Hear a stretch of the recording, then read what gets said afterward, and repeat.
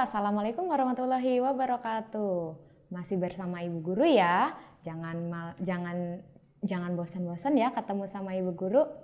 Oke, hari ini kita akan belajar masih dengan pelajaran tematik.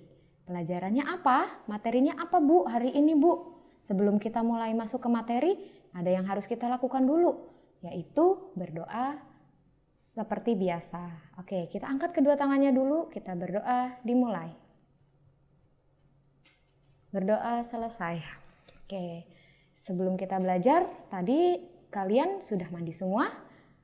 Oke, sudah mandi ya, biar badannya tetap segar bugar sebelum mulai belajar dan tetap semangat.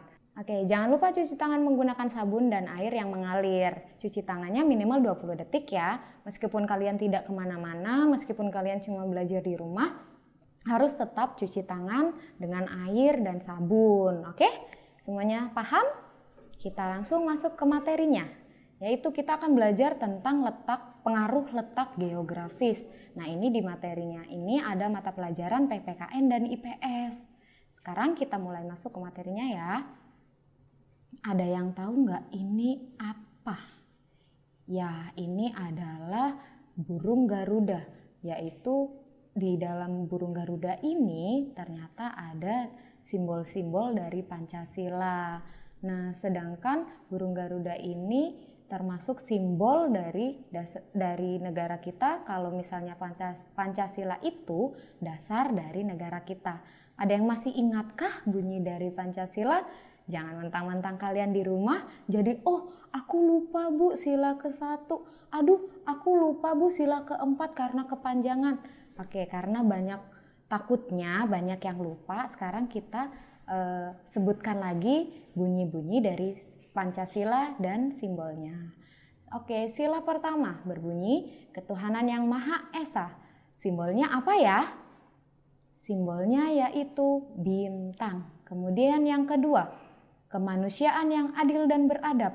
Ada yang masih ingat simbolnya apa? Yang warnanya merah terus ada kuning-kuningnya.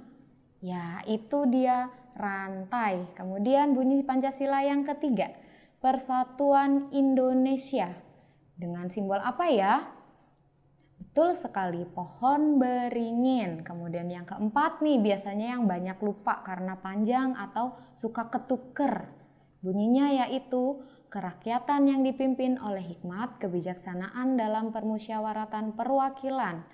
Nah, ini simbolnya adalah kepala banteng. Dan yang terakhir yaitu bunyinya keadilan sosial bagi seluruh rakyat Indonesia dengan simbol padi dan kapas. Nah, karena kemarin sudah belajar tentang bagaimana penerapan Pancasila dalam kehidupan sehari-hari, selanjutnya Ibu akan kasih kalian gambar penerapan sila-sila dalam kehidupan sehari-hari. Kalian masih ingat nggak ya? Oke, dari yang tadi sudah disebutkan bunyi dan simbolnya, Ibu akan jelaskan lebih dalam lagi Pancasila itu gunanya apa dan sebagai apa. Oke, yang pertama, Pancasila sebagai dasar negara. Nah, dasar negara ini ternyata mengatur tentang sikap, tingkah laku kita dalam kehidupan bermasyarakat, berbangsa, dan bernegara. Jadi, kalau kalian mau berperilaku atau tingkah laku kalian dalam kehidupan sehari-hari, ternyata diatur dalam sila-sila yang sudah disebutkan tadi. Kemudian, selain Pancasila sebagai dasar negara, ternyata Pancasila ini terdiri dari beberapa nilai-nilai dasar yang melandasi terbentuknya Pancasila. Yang pertama, sesuai dengan sila yang pertama bunyinya, yaitu ada nilai ketuhanan, mengingatkan kita tentang diri kita kepada Tuhan kita. Kemudian yang kedua, ada nilai kemanusiaan, yaitu sesuai dengan bunyi Pancasila yang kedua ya, kemanusiaan yang adil dan beradab. Jadi nilai ini mengatur tentang sikap kita dengan orang lain. Kemudian yang ketiga ada nilai persatuan. Nilai persatuan ini berarti mengatur atau memberitahu kita bagaimana cara kita bersatu dengan adanya perbedaan. Kemudian yang keempat ada nilai kerakyatan, yaitu berunding atau berdiskusi ketika akan memutuskan segala sesuatu. Kemudian yang terakhir ada nilai keadilan. Nilai keadilan ini berarti kita diberitahu nih oleh Pancasila, yaitu bagaimana kita bisa bersikap adil terhadap sesama. Oke, kita lanjut ke yang materi selanjutnya. Nah, di sini Ibu punya gambar nih, ada 2 gambar dari pengamalan Pancasila yang sudah kita pelajari kemarin. Nah, gambar pertama paling atas itu ada gambar orang sedang apa ya? Ya, itu adalah orang yang sedang sholat atau beribadah. Kita biasanya sholat ya di rumah ya maupun di masjid. Nah, dari sholat ini berarti kalian masih ingat nggak kalau ini tuh pengamalan atau penerapan Pancasila keberapa? Coba Ibu mau dengar. Oke, betul. Ada yang jawab 1, ada yang jawab 3. Yang benar yang mana ya? Ternyata ini adalah bunyi penerapan dari Pancasila sila ke-1. Kalau Pancasila sila ke-1 lambangnya apa ya? Ada yang masih ingat? Bintang. Nah, ini dia. Ini adalah penerapan Pancasila sila yang ke-1. Nah, di gambar yang kedua ini nih. Ini ada orang sedang apa ya? Nah, ini ternyata orang sedang berdiskusi atau bermusyawarah dalam menentukan sesuatu. Nah, kalau bermusyawarah, ingat kalau ada kata musyawarah berarti Pancasila sila keberapa? Ke-4. Bunyinya apa ya? Ada yang masih ingat? Kerakyatan yang dipimpin oleh hikmat kebijaksanaan dalam permusyawaratan perwakilan. Kalau lambangnya atau simbolnya ada yang masih ingat? Yang keempat itu yang kalau simbolnya itu suka berkumpul. Itu apa dilambangkan oleh simbol kepala banteng. Sesuai dengan Pancasila sila keempat. Sampai sini paham ya?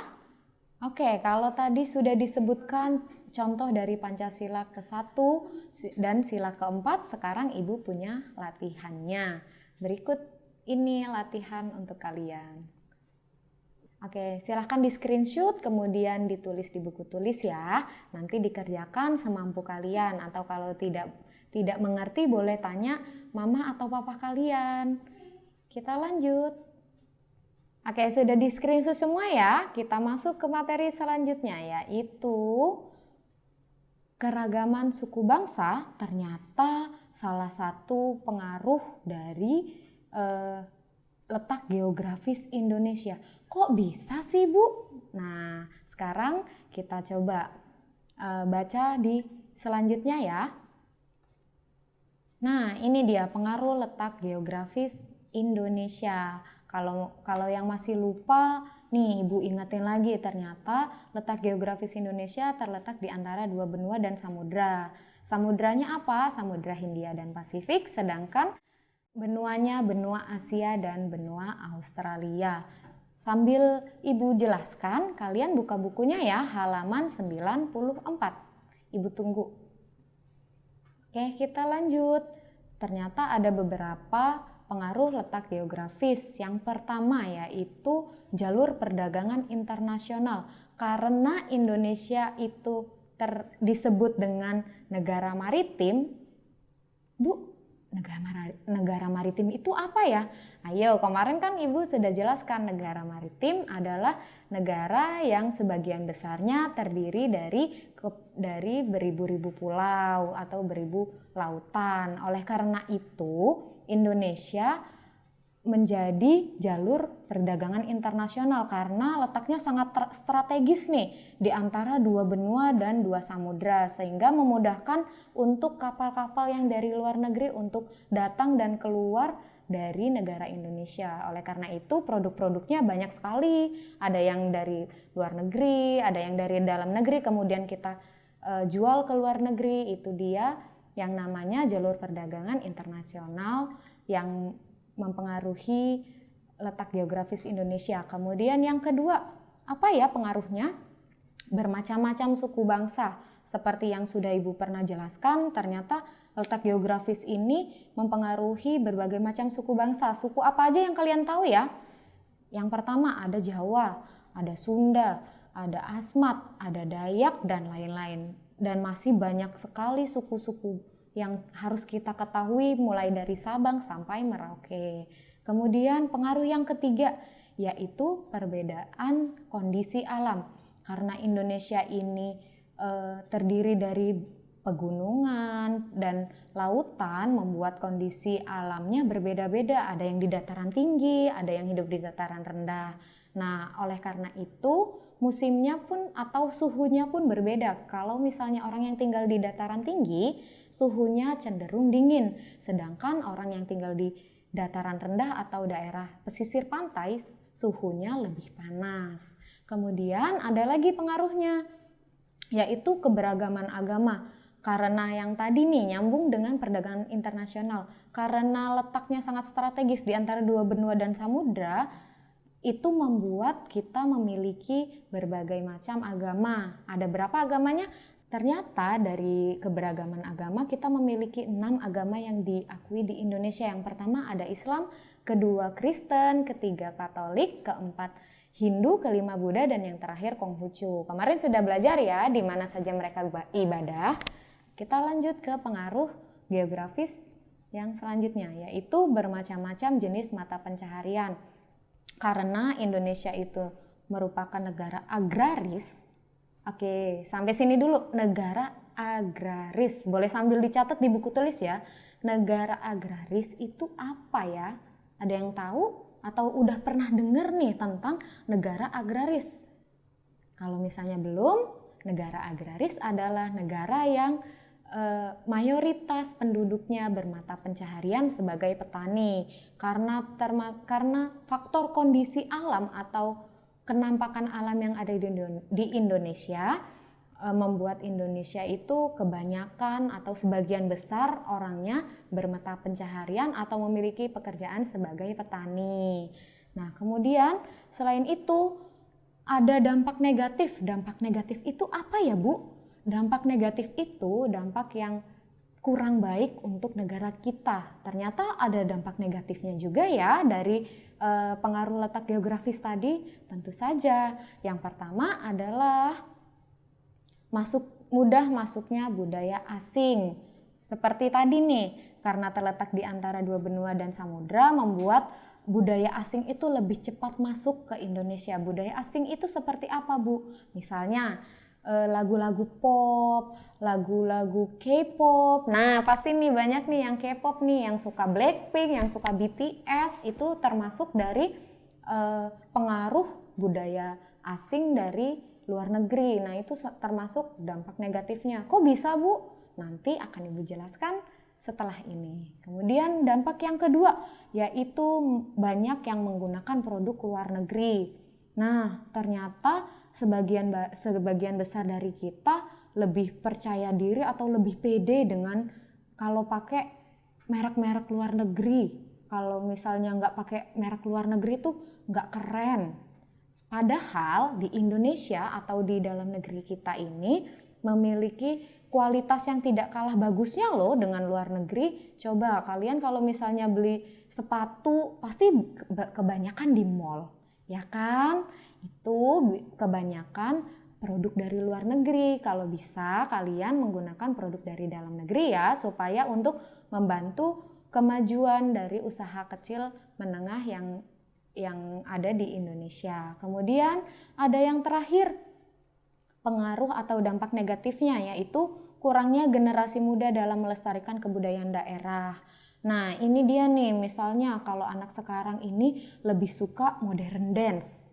Modern dance tahu? Yang biasanya joget-jogetnya itu menggunakan lagu-lagu pop, lagu-lagu rap gitu, itu namanya kurang bisa melestarikan budaya daerah. Bu, gimana ya caranya kalau misalnya kita melestarikan budaya daerah? Yang pertama, kita mempelajari budaya kita maupun budaya orang lain.